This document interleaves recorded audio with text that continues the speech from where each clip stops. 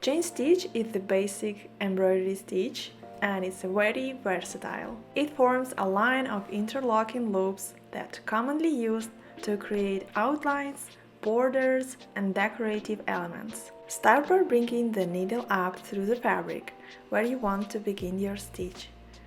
Hold the thread down with your non-dominant hand to keep it in place. Then go back down into the same hole before you pulling the thread all the way through.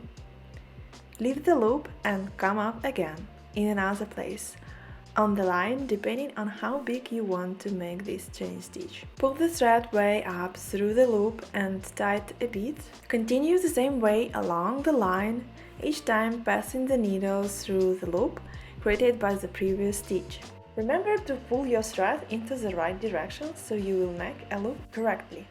Just scoop a bit of the fabric, this way you can stitch much faster because you are bringing your needle. Just help yourself with the finger on the back side, pop up the fabric in that place so you are able to do so. Keep the stitches even in size and spacing for a neat uniform appearance. You may notice if you make long stitches, it will look skinny and flat. Try to tie the thread for each stitch the same way so chain stitch have the same size. If you pull too tight, it can be fixed.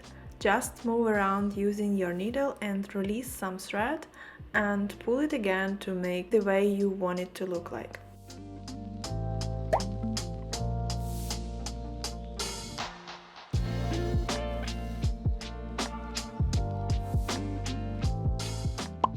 And when you need to end the line, you just make a teeny anchor stitch right after your last stitch outside of the loop.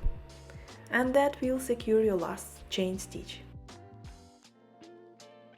I hope this video tutorial was helpful for you and you learned something.